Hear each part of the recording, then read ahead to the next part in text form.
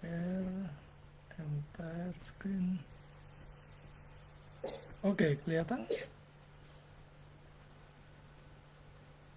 Kelihatan ya? Kelihatan Pak. Baik, kita sekarang masuk ke dalam Christian Worldview, membahas tentang keberdosaan dan kerusakan dunia. Kita bicarakan dulu, kita bahas keberdosaan dunia. Kita lihat secara biblika asal mula dosa. Alkitab mengajarkan bahwa dosa masuk ke dalam dunia melalui kejatuhan manusia pertama, Adam dan Hawa. Ya, minta tolong dibacakan ini di layar. Sebab sama seperti semua orang telah berbuat dosa dan telah kehilangan kemuliaan Allah. Lanjut. Sebab sama seperti oleh satu orang berdosa telah masuk ke dalam dunia dan oleh dosa itu juga maut. Demikianlah maut itu telah menjalar kepada semua orang. Ya, dari sinilah ya dosa itu berasal ya. Sejak kejatuhan semua manusia mewarisi natur dosa. Itu yang disebut istilah teologinya total depravity atau kebejatan total atau kerusakan total. Artinya Luther mengatakan gini lebih tegas lagi ya. Orang berdosa hanya bisa melahirkan orang berdosa berikutnya. Jadi natur itulah yang seperti Alkitab gambarkan. Maka kita berdosa itu total depravity dalam artian tidak ada satupun bagian dari tubuh kita yang tidak tercemar atau terpolusi oleh dosa. Baik itu pikiran, kehendak, hati, motivasi itu sudah tercemar oleh dosa. Dan karena itu kita membutuhkan campur tangan Roh Kudus untuk dilahirbarukan kembali supaya kita dilayakkan. Natur kita memang orang berdosa, tetapi supaya kita bisa merespon kebaikan Tuhan, kemurahan Tuhan, belas kasihan Tuhan, itu respon Roh Kudus melalui firman-Nya. Kalau orang tanpa juru selamat, tanpa Yesus, tanpa dilahirbarukan oleh Roh Kudus, itu secara rohani mati. Mati dalam artian bisu, buta, tuli terhadap kebenaran. Jadi kalau tidak dilahirbarukan, tidak ada campur tangan dari pihak Allah, ya kita tidak bisa berharap kita yang datang kepada Allah, orang kita mati. Kita dihidupkan, butuh dihidupkan oleh Roh Kudus melalui firman-Nya. Diubahkan sedemikian rupa. Sehingga kerusakan total tadi diubahkan menjadi pribadi yang baru, pribadi yang memuliakan Tuhan. Jadi ini ya total depravity. Tidak ada satupun aspek hidup manusia yang tidak tercemar atau terpolusi oleh dosa. Baik itu pikiran, perasaan, kehendak, hati, motivasi. Bahkan motivasi yang kita anggap baik pun di dalam pelayanan itu sudah tercemar oleh dosa. Karena itu penting buat kita selalu minta kekuatan dari Tuhan ya, untuk supaya kita motivasinya diluruskan dan sebagainya. Karena sekalipun kita niat kita baik, tapi kalau kita tidak dikuatkan oleh Tuhan, ya kita sudah jatuh, saudara. Manusia itu begitu kasih karunia Allah dicabut, kita sudah jatuh karena naturnya berdosa. Nggak usah disuruh berdosa, sudah berdosa otomatis. Sudah pasti. Yang kedua, dosa bukan hanya perbuatan, tetapi kondisi. Alkitab menegaskan dosa bukan sekedar kesalahan moral, melainkan keadaan hati yang memberontak terhadap Allah. Kalau mungkin masih ingat ya doktrin manusia dan dosa. Dosa itu memberontak terhadap Allah ya. Jadi sama seperti kita memanah, ada sasarannya. Nah itu missing target, tidak tepat sasaran sesuai dengan kehendak Tuhan. Nah itu dosa. Tidak sesuai dengan sasaran itu sudah dosa. Yeremia 17 ayat 9, mari kita baca. hati itu licik, lebih licik daripada segala sesuatu. Hatinya sudah membatu, siapakah yang dapat mengetahuinya? Nah, hanya Tuhan yang bisa mengubahkan kita. Sekarang kita melihat kerusakan dunia. Yang pertama, alam ciptaan ikut rusak akibat dosa. Jadi waktu kejatuhan itu bukan hanya manusia ya, tapi alam juga, dunia juga rusak. Saudara. Bukan hanya manusia, tetapi seluruh ciptaan terkena dampak dari kejatuhan itu. Betapa hebatnya dampaknya. Coba kita lihat di Roma 8 ayat 22 ini. Sebab kita tahu bahwa sampai sekarang segala makhluk sama-sama mengeluh dan sama-sama merasa sakit bersalin. Nah, ini akibat dosa.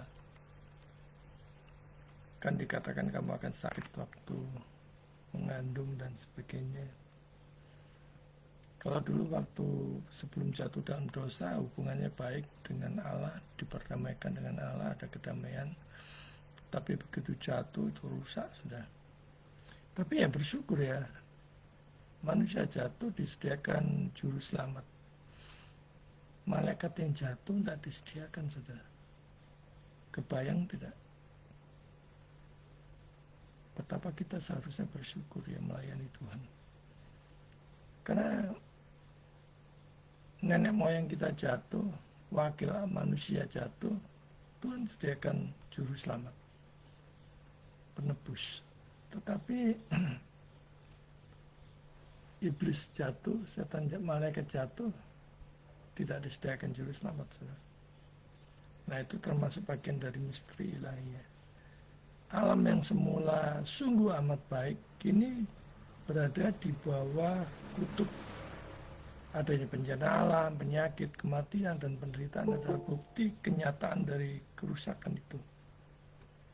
Ada yang bergabung kan? Salam, selamat malam Pak Dani. Ya, kita lanjut ya.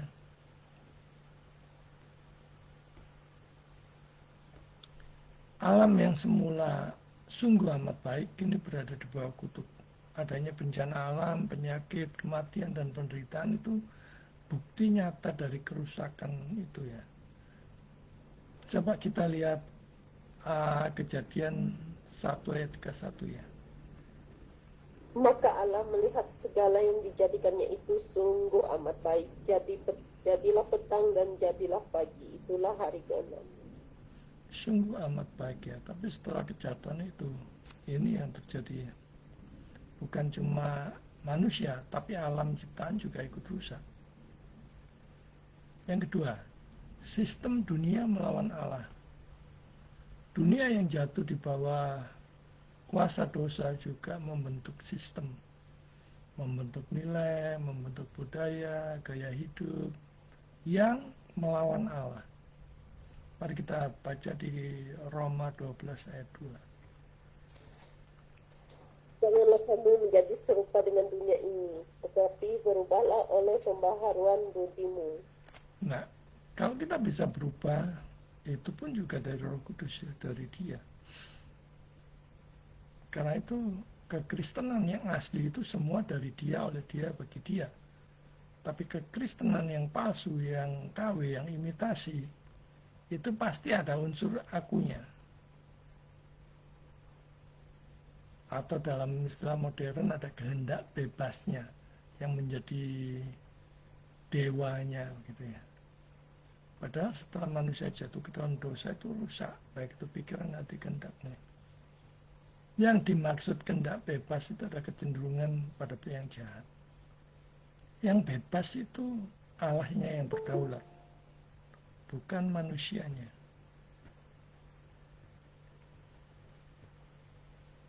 Adakah yang gabung? 1, 2.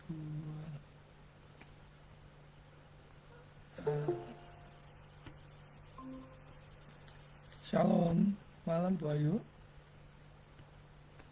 Ya, kita lanjutkan. Jadi seperti inilah sistem dunia melawan Allah. Jadi setelah kejatuhan itu bukan manusianya aja yang menderita, alam juga kena dampak. Dunia yang jatuh di bawah kuasa dosa juga membentuk sistem nilai, budaya, gaya hidup yang melawan Allah. Nah itu tadi yang dibacakan Bu Jesi, janganlah kamu menjadi serupa dengan dunia ini, tetapi berubahlah oleh pembaharuan budimu. Nah kalau kita bisa berubah, kita bisa percaya kepada Juru Selamat, itu juga bukan karena hebatnya kita. Itu karena ada Roh Kudus yang menggerakkannya. Makanya Alkitab menggambarkan semua dari Dia, oleh Dia, dan bagi Dia. Itu kekristenan yang asli. Kekristenan yang palsu, yang KW, yang imitasi, pasti ada akunya. Ada kehendak bebasnya dalam tanda petik. Mereka mau bebas. Padahal yang dikatakan kehendak bebas itu sebenarnya kecenderungan mereka berbuat jahat setelah manusia jatuh dalam dosa. Yang bebas itu Allahnya yang berdaulat, saudara. Tapi oleh setan dibalikkan ya. Oh, kamu kan punya kehendak bebas. Kehendak bebas cenderung untuk berbuat salah, untuk berbuat dosa. Yang kedua, seluruh dunia ada di bawah kuasa si jahat. 1 Yohanes 5 ayat 19 ya.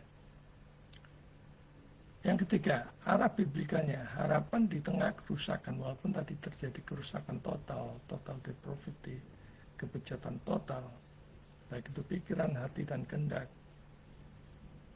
Walau dunia rusak oleh dosa, Allah tidak meninggalkannya. Ini ya penghiburannya ya. Betapa kita harusnya bersyukur. Ada janji pemulihan di sana, yaitu Kristus sebagai penebus. Coba kita lihat 1 Korintus 15 ayat 22. Di sini sudah ada. Sebab sama seperti semua orang mati dalam persekutuan dengan Adam, demikian pula semua orang akan dihidupkan kembali dalam persekutuan dengan Kristus. Nah, kemudian menjadi ciptaan yang baru. Wahyu 21 ayat 1 sampai 5. Kita coba lihat aja, mungkin dibacakan yang lengkap aja Bu, biar kita tahu konteksnya. Wahyu 21. Bahwa Allah sedang menyiapkan langit dan bumi baru yang bebas dari dosa dan kerusakan nantinya. Wahyu 21 ayat 1 sampai 5. Baik. Lalu aku melihat langit yang baru dan bumi yang baru, sebab langit yang pertama dan bumi yang pertama telah berlalu, dan laut pun tidak ada lagi. Dan aku melihat kota yang kudus, Yerusalem yang baru, turun dari surga dari Allah, yang berhias bagaikan pengantin perempuan yang berdandan untuk suaminya. Lalu aku mendengar suara yang nyaring dari takhta itu berkata, lihatlah, kemah Allah ada di tengah-tengah manusia, dan ia akan diam bersama-sama dengan mereka. Mereka akan menjadi umatnya, dan ia akan menjadi Allah mereka. Dan ia akan menghapuskan segala air mata dari mata mereka, dan maut tidak akan ada lagi. Tidak akan ada lagi perkabungan atau ratap tangis atau duka cita, sebab segala sesuatu yang lama itu telah berlalu. Ia yang duduk di atas takhta itu berkata, lihatlah, aku menjadikan segala sesuatu baru. Dan firman-Nya, tuliskanlah segala, kerana segala perkataan ini adalah tepat dan benar. Nah itu penghiburan yang luar biasa ya buat orang percaya. Bahwa nanti sekalipun mungkin di dunia ini kita banyak mengalami penderitaan, ratap tangis dan sebagainya, nanti kelak itu jaminannya dari Tuhan, tidak akan ada lagi perkabungan. Keberdosaan dunia berarti semua manusia berdosa sejak kejatuhan Adam, sehingga tidak ada lagi yang mampu menyelamatkan diri. Jadi kalau sekarang orang tetap ngotot dengan perbuatan salehnya, ya dari Yesaya aja kita sudah tahu segala kesalahan kita seperti kain kotor. Standar kekudusan Tuhan itu luar biasa. Nah kalau kesalahan kita seperti kain kotor, kain bekas semar perempuan, apalagi dosa kita, kan itu semua manusia butuh juru selamat. Kalau kamu tetap ngotot dengan perbuatan baikmu, perbuatan baik mana yang bisa menyelamatkan dari lahir sampai mati? Kerusakan dunia berarti seluruh ciptaan, termasuk alam dan sistem kehidupan, sudah terkontaminasi atau terpolusi akibat dosa. Namun pengharapan tetap ada di dalam karya penebusan Kristus yang kelak memulihkan seluruh ciptaan. Dunia baru itu tadi ya, bumi baru. Nah ini skemanya seperti ini ya. Skema keperdosaan dan kerusakan dunia. Nanti sudah bisa melihat kalau sudah materinya dibagikan PDF-nya. Di sini ada kejatuhan, kemudian dosa. Dosa ini mengakibatkan kerusakan total depravity. Kemudian Tuhan menyediakan penebus, Bapa menyediakan penebusan melalui Kristus, dan kelak Kristus melakukan pemulihan. Ini adalah skema biblika ya, berdasarkan gambaran kitab suci. Kejatuhan, dosa, kerusakan, penebusan Kristus, pemulihan. Skemanya jelas ya, benang merahnya jelas. Jadi ini skema sederhana ya. Kejatuhan, dosa, kerusakan, penebusan Kristus, pemulihan. Nah kalau kamu menolak penebusan Kristus, ya silakan, tidak akan ada pemulihan ini. Cuman sampai di sini aja, kerusakan ini. Dan upah dosa adalah maut. Jangan pernah bermimpi untuk sampai di surga yang Maha Kudus. Upah dosa adalah maut yang neraka. Jadi kalau menjelaskan itu gampang ya.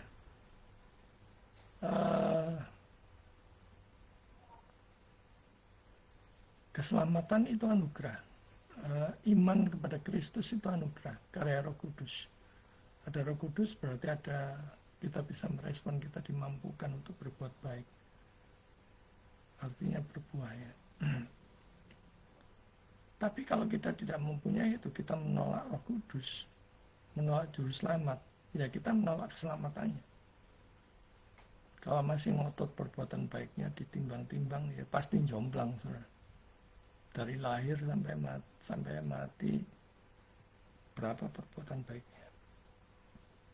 Kalau kita ini berbuat dosa setiap detik, kasih untuk satu hukum aja, kasihlah Tuhan Allahmu dengan segenap hatimu dan dengan segenap jiwamu. Siapa yang bisa mengerjakan itu? Nabi-nabi, rasul-rasul pun tidak ada. Itu artinya semua manusia tanpa terkecuali butuh juru selamat atau binasa tanpa juru selamat. Nah kalau menginjil cepet-cepetan gitu saudara caranya. Gak usah ngomong banyak. Kalau dia menolak ya biarkan, memang bukan domba, dia kambing. Domba pasti mengenal suara ya, gembalanya ya, melalui firman-Nya. Membantu melihat bahwa meskipun dunia jatuh dan rusak oleh dosa, Allah sedang bekerja membawa ciptaan menuju pemulihan melalui Kristus. Nah kita mau nggak dipulihkan? Kalau nggak mau ya nggak apa-apa. Kita memberitakan Injil juga nggak maksa. Harus percaya. Kalau nggak percaya ya tanggung sendiri semua. Nah ini ya ayat pendukungnya. Kejatuhan, dosa, kerusakan, penebusan, pemulihan. Kita lihat dulu kejatuhan ya. Kejadian 3 ini ada sudah. Kejadian 3 ayat 6. Perempuan itu melihat bahwa buah pohon itu baik untuk dimakan dan sedap kelihatannya. Lagi pula pohon itu menarik hati kerana memberi pengertian. Lalu ia mengambil dari buahnya dan dimakannya dan diberikannya juga kepada suaminya yang bersama-sama dengan dia. Dan suaminya pun memakannya. Ya, jadi ayat ini menjadi dasar kejatuhan manusia dalam dosa ya. Saat Adam dan Hawa memilih taat pada keinginan sendiri yang dipengaruhi oleh setan, ingat ya, segala hal yang buruk itu pasti ada peran si setan itu. Keinginan sendiri daripada taat terhadap firman Allah. Jadi manusia pertama kita Adam ya, jatuh maka seluruh keturunannya akan jatuh juga. Ilustrasinya seperti ini. Indonesia kalah melawan Arab gitu ya. Walaupun yang main cuma 11 orang, dinyatakan Indonesia kalah melawan Arab 3-0 misalnya. Karena 11 orang yang main di lapangan itu wakil dari Indonesia. Nah, Adam itu wakil dari manusia. Adamnya jatuh, seluruh keturunannya jatuh juga. Makanya seperti yang terkatakan, manusia berdosa hanya bisa melahirkan manusia berdosa lainnya atau manusia berdosa berikutnya.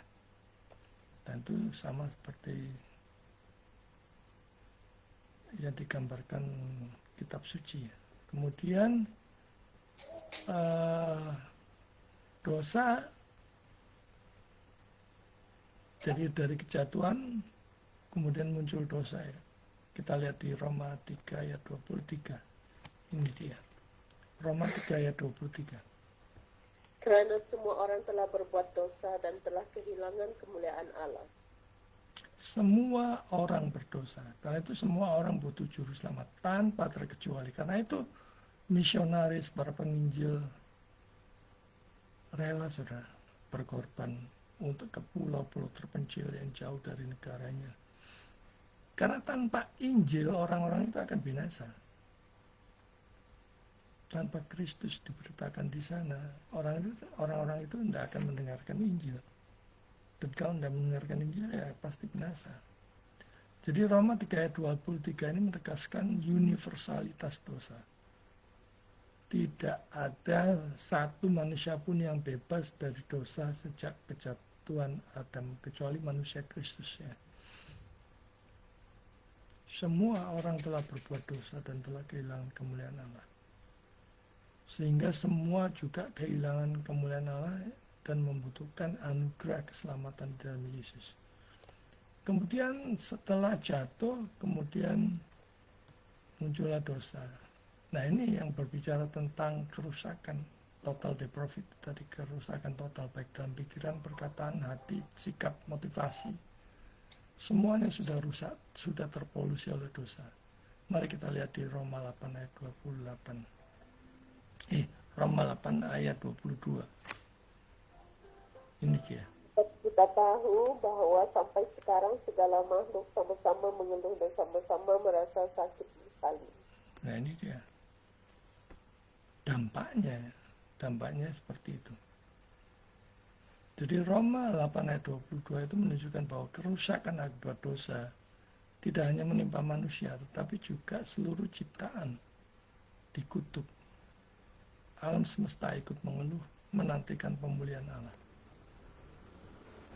Nah ini ya runtutannya, timelinenya seperti ini. Kejatuhan, dosa, kerusakan. Nah, alam yang dia akan penebus. Penebusan di dalam Kristus. 1 Korintus 15 ayat 22. 1 Korintus, belum. Ya, 1 Korintus 15 ayat 22.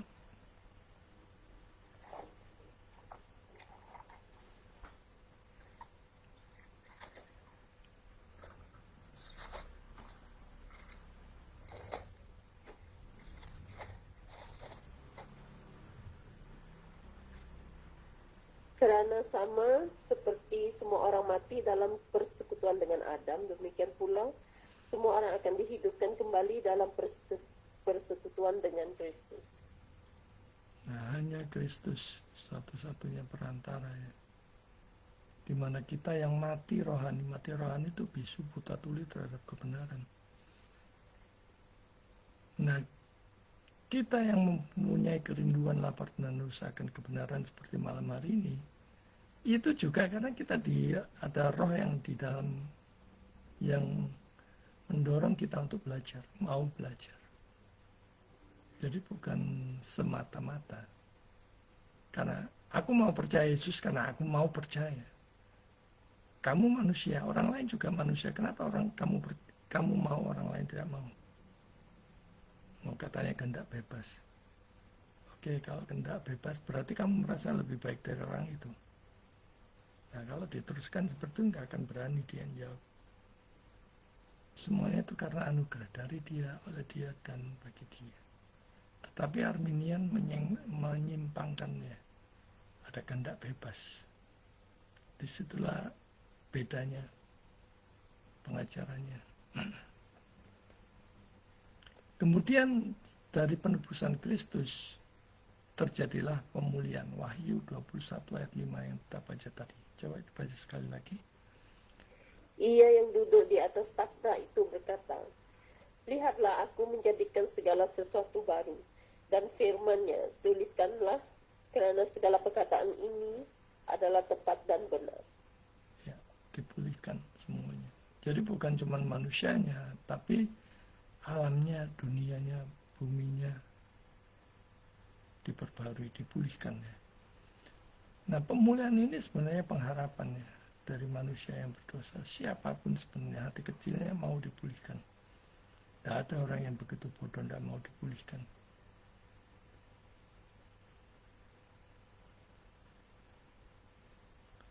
Ini ya, pengharapan pemulihan itu ada ditanamkan di dalam hati kecil setiap manusia.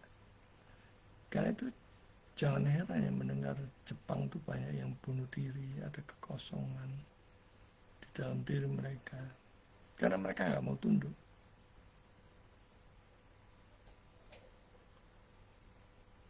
Allah sendiri yang duduk di atas tahta berjanji akan memperbarui seluruh ciptaan yang rusak karena dosa. Kita lanjut yang ketiga, kejatuhan manusia, the fall. Awal kejatuhannya ini, kejatuhan manusia terjadi ketika Adam dan Hawa tidak taat kepada Allah di Taman Eden. Allah melarang mereka makan dari pohon pengetahuan tentang yang baik dan yang jahat. Namun ular, iblis memperdaya Hawa. Dan akhirnya Adam ikut melanggar perintah Allah. Adam mewakil manusia jatuh, maka seluruh manusia jatuh. Tadi udah dibacakan ya. Perempuan itu melihat bahwa buah pohon itu baik untuk dimakan. Nah ini ya, kata-kata ini kelihatannya. Waspada terhadap ini. Melihat seolah-olah baik. Harusnya kita curiga terhadap apapun yang kelihatannya baik. Uji dulu di bawah terang firman Tuhan. Lalu ia mengambil dari buahnya dan dimakannya dan diberikannya juga kepada suaminya. Dan suaminya pun memakannya. Nah, pelajaran untuk tidak mudah tergoda bujuk rayuannya. Yang kedua, hakikat kejatuhan. Jadi bukan sekedar makan buah terlarang, tetapi intinya ini dia, pemberontakan terhadap Allah. Mungkin saya sedikit cerita ya. Pada awal saya sebelum masuk full ke dalam teologi itu saya sama seperti saudara belajar untuk kaum awam ya selama 5 tahun. Pada pertemuan ke-6 kalau tidak saya sudah tidak kuat, pengen keluar. Tapi ada kata di dalam hati nurani saya. Ini secara saya nyatakan benar-benar saya rasakan ya. Kayak kepala saya ditonyor gitu. Kamu belajar. Itu benar-benar saya merasakan. Ada suara yang seperti itu dan kepala saya ditonjol untuk kembali lagi belajar. Nah setelah kira-kira tahun kedua itu saya mulai pelayan kemana-mana. Setelah belajar itu ada suara lain. Keluar gitu. Jadi sambil tetap saya mengikuti kelas itu, saya juga keluar. Sampai sekarang juga teman-teman saya S2 itu tanya, loh kamu tuh kemana-mana itu biaya siapa? Selalu ada yang menyediakan. Dan kadang-kadang kalau saya ada berkat sedikit itu, saya keluar. Saya pakai untuk pelayanan. Tidak ada. Tabungan saya itu tidak ada semasa saya bekerja sekian tahun, terus kan sudah habis semua. Tapi saya tidak menyesal. Saya justru sukacita setelah saya melakukan pelayanan dan kunjungan kemana gitu. sukacita. Dan sukacitanya itu sulit ya digambarkannya. Kayak lega, kita ada kelegaan yang luar biasa. Jadi Adam Hawa ingin menentukan baik jahat sendiri, kehendak bebas itu ya, menggantikan otoritas Allah dengan diri mereka. Nah, orang-orang yang percaya kehendak bebas itu ya seperti ini saja. Yang bebas itu Allahnya yang berdaulat. Manusia itu kalau saudara melihat perumpamaan penjunan dan yang membuat vas itu, dapatkah tanah liat itu berkata, mengapa aku diciptakan kurang mulia? Tidak bisa, saudara. Oh, nanti kan seperti robot. Orang yang berdosa kamu sendiri kok melakukannya secara bebas. Kamu menuruti kemauanmu sendiri. Sehingga sampai waktu dosa itu sudah matang, jatuhlah kamu. Makanya saya kalau jelaskan ke mahasiswa, yang kamu bilang kehendak bebas itu sebenarnya kecenderungan untuk berbuat jahat.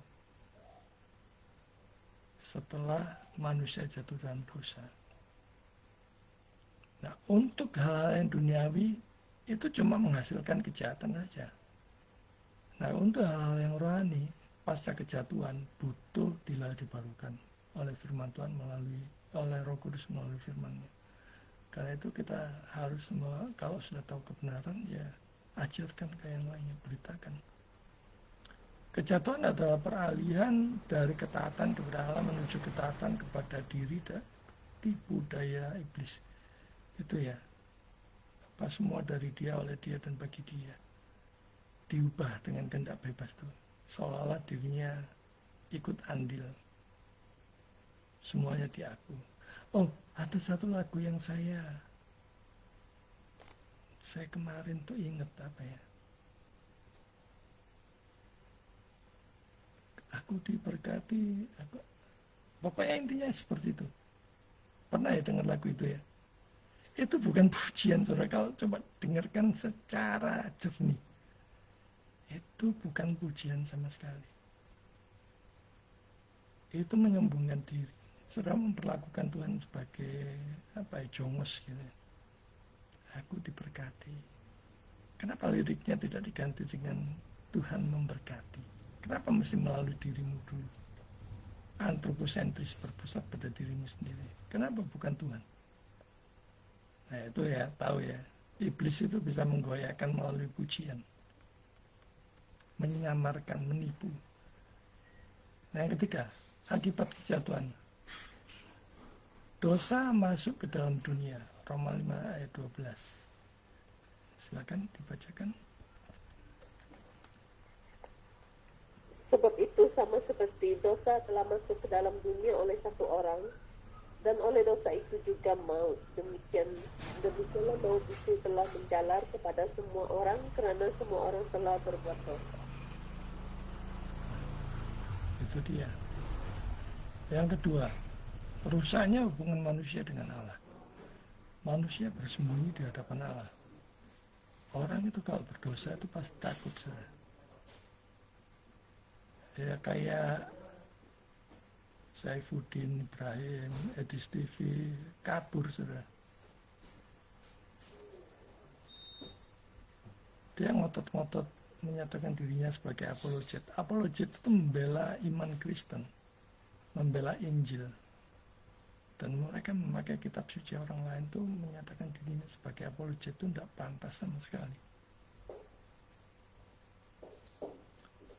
Coba kita lihat Kejadian 3 ayat 8-10.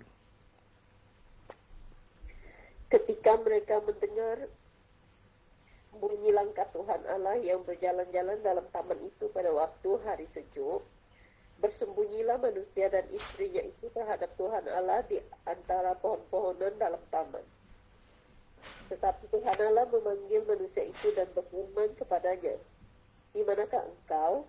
Ia menjawab, "Ketika aku mendengar bahwa engkau ada di taman ini, aku menjadi takut karena aku telanjang, sebab itu aku bersembunyi." Nah itu ya, ketakutan sendiri. Oh, saya ingat saudara lagunya yang aku diberkati, kelihatannya enak ya lagunya. Tapi saudara tidak melihat bahayanya di situ, berpusat pada diri sendiri. Itu bukan pujian, itu memuji diri sendiri. Kenapa nggak diganti dengan Tuhan memberkati? Tuhan memberkati, itu jauh lebih alkitabiah daripada aku memberkati. Nah itulah susahnya kalau orang-orang pengarang lagu tidak mempunyai background untuk belajar kebenaran, ya gitu.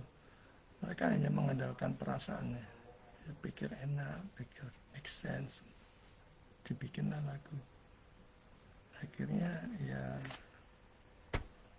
membahayakan. Rusaknya hubungan antar manusia. Jadi Adam menyalahkan Hawa. Selalu ya kecenderungan orang berdosa itu menyalahkannya. Kemudian juga kerusakan ciptaan. Tanah menjadi terkutuk, penuh penderitaan dan sebagainya. Kemudian muncul maut rohani dan jasmani, sebab upah dosa ialah maut. Allah itu maha adil ya. Kalau maha adil berarti satu dosa itu harus dihukum. Dan upah dosa adalah maut. Jadi kalau saudara tidak mempunyai juru selamat, ya tanggung sendiri dosa-dosa dari lahir sampai mati. Kalau menginjil begitu saudara, tekankan betul kecaman bahwa dia akan binasa. Upah dosa itu maut. Kalau kamu mengandalkan perbuatan baikmu yang mana yang bisa mengantar? Pasti dia tidak akan berani mengatakan A, B, C. Karena hati nuraninya tidak mungkin menipu, saudara. Dia akan nutupi sendiri. Universalisme dosa. Tidak ada seorang pun yang luput dari akibat kejatuhan. Roma 3 ayat 23. Karena semua orang telah berbuat dosa dan telah kehilangan kemuliaan Allah. Ini dia. Mengapa kita harus datang kepada Juru Selamat? Semua orang tanpa terkecuali jatuh dalam dosa. Yang kelima, pengharapan di tengah kejatuhan Allah tidak membiarkan manusia binasa. Sejak kejatuhan Allah memberikan janji keselamatannya melalui proto evangeliumnya, Injil yang pertama kali. Melalui keturunan perempuan yang akan menghancurkan kepala ular, ini proto evangeliumnya. Kabar baik yang pertama. Puncaknya akan digenapi di dalam Kristus yang adalah Adam terakhir. 1 Korintus 15 ayat 22. Karena sama seperti semua orang mati dalam persekutuan dengan Adam, demikian pula semua orang akan dihidupkan kembali dalam persekutuan dengan Kristus. Puji Tuhan. Kejatuhan manusia adalah titik balik di dalam sejarah penebusan dari ketaatan kepada Allah menuju pemberontakan. Akibatnya dosa dan maut merusak seluruh ciptaan. Tetapi sejak awal kejatuhan, Allah telah menyediakan janji keselamatan yang digenapi di dalam Yesus. Puji Tuhan. Kita masuk ke sesi diskusi. Ya, silakan nyalakan kameranya.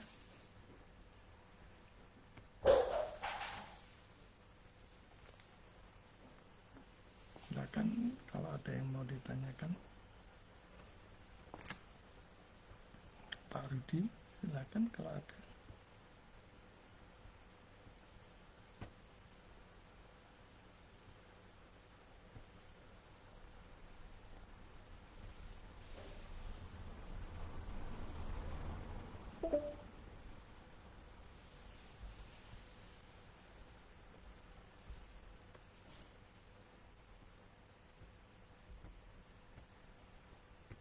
Bu Jesi, ada? Soalan tak ada Pak, tapi Ya, yang lain boleh. Jumaat lepas saya jumpa dengan kawan saya ini lama sudah kami tak jumpa, sebab dia kawan orang Sabah. Ya. Dia dah pergi Sabah, dia balik Kuching ni sebab ada datuk dia meninggal, jadi dia nak jumpa dengan saya. Saya dengan sukacita jemput dia jumpa, sebab lama tak jumpa. What happened? Iya Pak, dulu waktu remaja saya ajak kawan-kawan yang sama-sama remaja, jom kita pergi gereja, kita cari Tuhan. Saya selalu ajak mereka. Sampai selalu habis di gereja satu, kami pergi cari lagi gereja lain untuk untuk mencari, menggali kebenaran. Dan seorang sudah kawin, kami berempat. Seorang sekarang ni tak tahulah apa kabar berita dia dalam Tuhan. Dan seorang lagi yang dekat Sabah ni, saya ingatkan dia dah pergi jauh. Masih ingat lagi tak dia dengan gereja apa semua. Sekali balik dia cerita-cerita, wah saya sungguh senang hati sebab dia sekarang sudah jadi guru sekolah minggu. Dia sudah ditabiskan 2 kali. Tapi dalam Katolik lah Pak. Cumanya bila saya cerita-cerita kami berdua bercerita lah pasal pengalaman apa semua, tiba-tiba dia sebut pasal api penyucian tu, saya jadi terdiam. Itu saja saya tak dapat terima dari dia. Obligatory. Iya. Ya itu balik lagi anugerah ya, kalau kita tidak disingkapkan, belum disingkapkan oleh Roh Kudus, ya tidak bakal bisa mengerti. Sama seperti sebagus apapun saya menyiapkan materi untuk mengajar, kalau Pak Rudi, Bu Jesi, Bu Ayu, Pak Denny belum disingkapkan oleh Roh Kudus, ya tidak ngerti ngomong apa Pak Ayu ini. Iya. Bilang dia sebut api penyucian tuh, saya terus terdiam. Saya rasa nak bantah, tapi saya tengah driving, saya tahu.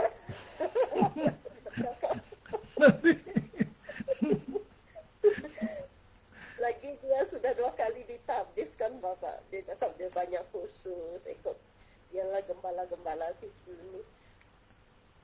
Katolik memang tak dapat dibuang lah benda tu, memang sebab diajar dari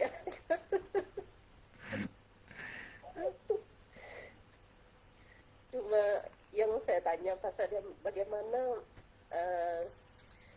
terus dia ceritakan, saya cakap senang juga ya di Sabah sana orang ikut pelayanan dalam gereja. Mereka macam, asal kamu sudah confirmation, kamu boleh ikut pengajaran sekolah minggu, kan nak jadi guru sekolah minggu ke apa-apa semua senang.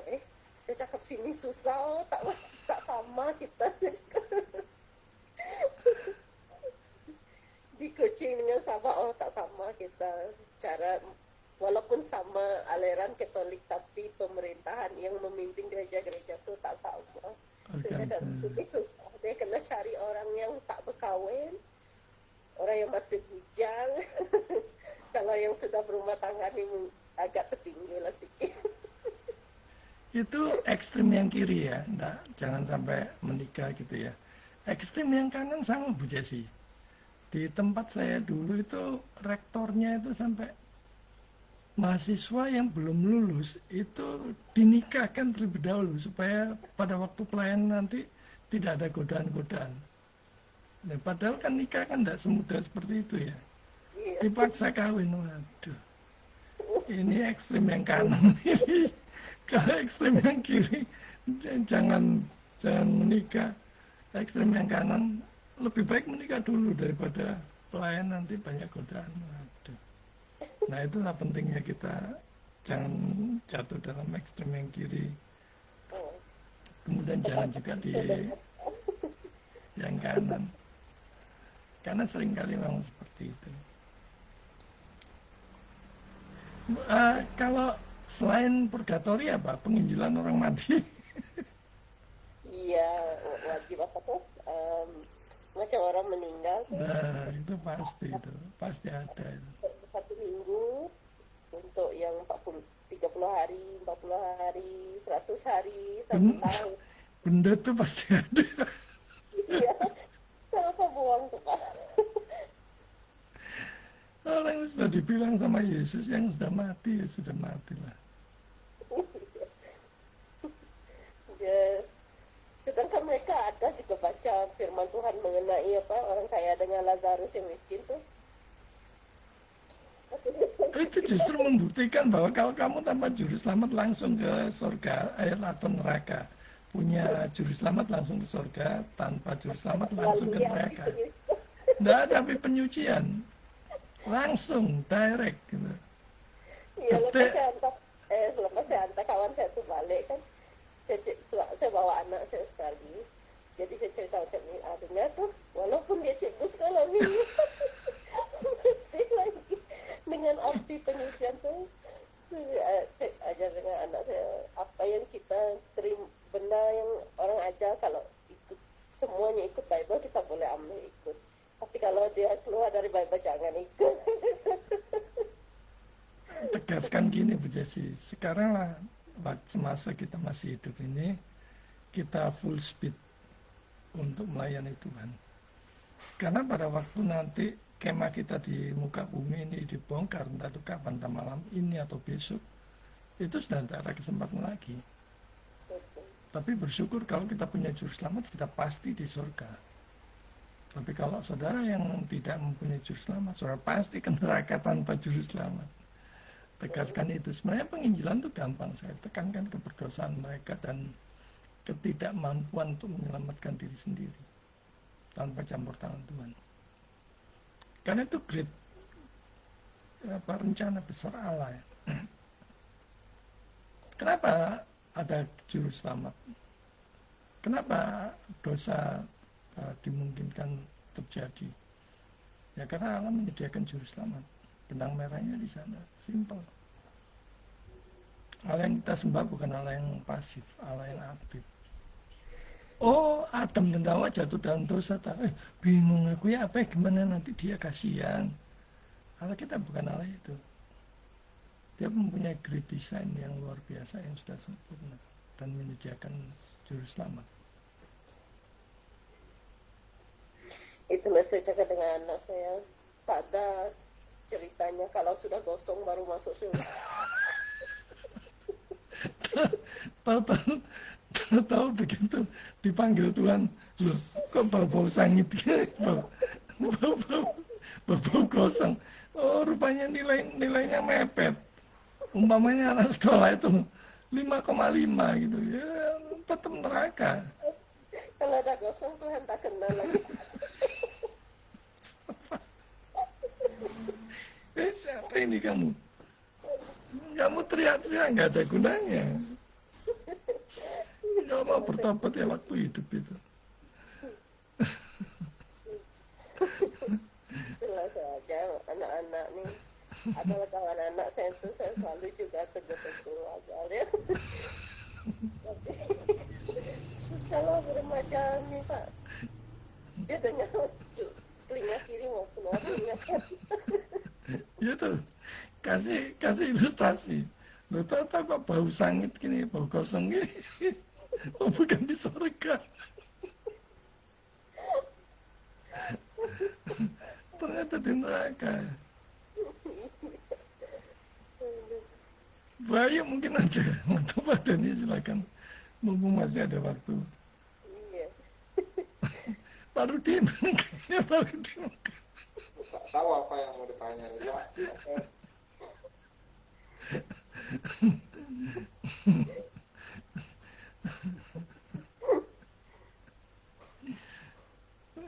Yang dialami aja Pak, apa-apa, kita sharing bersama.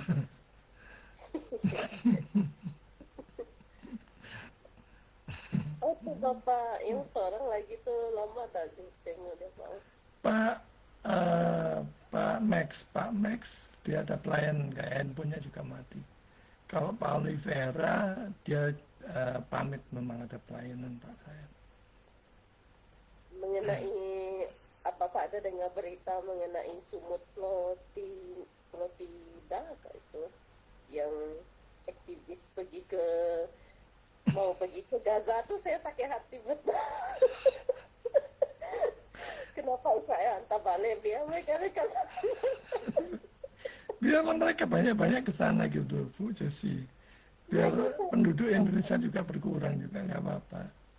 Biarlah yang mau ke sana dulu, suruh baik-baik. Kalau perlu donasi kan, donasikan ke sana. Tipu lah mereka, supaya mereka sebenarnya ke sana tuh mau jadi teroris. Sebab sudah digeledah kapal yang mereka bawa tuh semua tentara Israel geledah. Tak ada bantuan makanan di dalam tuh. Itu mereka. Itulah konyolnya orang-orang. Ya, kan dunia ini suka memberitakan berita hoax. Ya itu juga karena total depravity tadi, kerusakan total tadi, kebejatan total tadi. Prabowo lagi mau bertahan.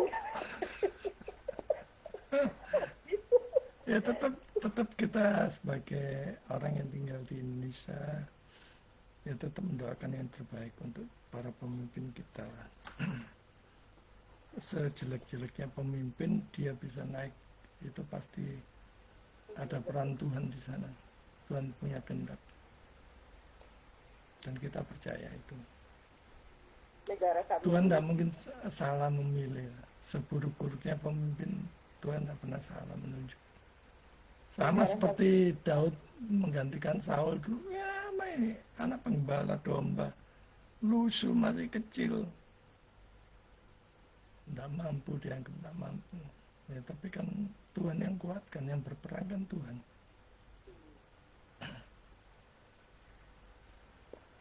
Ya Pak Rudi, silakan.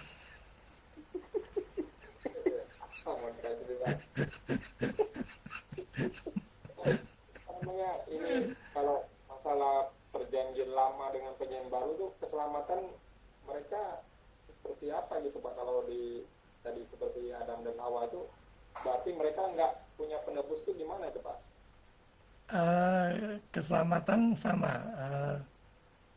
Kalau kita baca PL sepanjang PL dan BB, keselamatan orang-orang PL itu karena iman juga. Karena iman kepada Mesias yang akan datang. Kalau kita kan diselamatkan karena iman kepada Mesias yang sudah datang. Dua-duanya sama karena iman, bukan karena perbuatan baik. Nah, agama sebelah itu keliru dia menganalisa. Dipikir perbuatan baiknya. Oh, ini perbuatan baiknya, kayaknya benar ini. Dia nggak melihat, belum menemukan Yesaya mungkin. Segala kesalahan kita seperti kain kotor itu mungkin belum ketemu waktu itu. Kalau dia tahu. Mereka tuh ikut saja baca orang tuh baca hafal tapi tak tahu maksud. Ya bersyukurlah kita yang menyelidiki kitab suci itu di bawah terang Roh Kudus ya. Kita bersyukur untuk itu. Saya pun dulu awal-awal tahu kebenaran tuh susah sekali. 3 kali pertemuan sudah mau keluar. Ibu Jesi ini masih kuat dulu, sudah 1,5 tahun, hampir 2 tahun. Saya dulu pertemuan ke-6 itu sudah mau keluar. Waduh. Disitulah merasakan anugerah Tuhan. Luar biasa. Oke, kayaknya tinggal 1 menit. Terima kasih untuk waktunya semua. Semoga hari ini membawa berkat bagi kita dalam belajar dan kita makin diberikan kekuatan di dalam menghadapi kehidupan dan Roh Kudus memimpin kita makin mengenal Tuhan dengan baik. Oke, sampai ketemu hari Kamis. Tuhan berkati. Terima kasih. Shalom, Bu Jesi, Pak Rudi, Bu Ayu, Pak Dani. Tuhan berkati.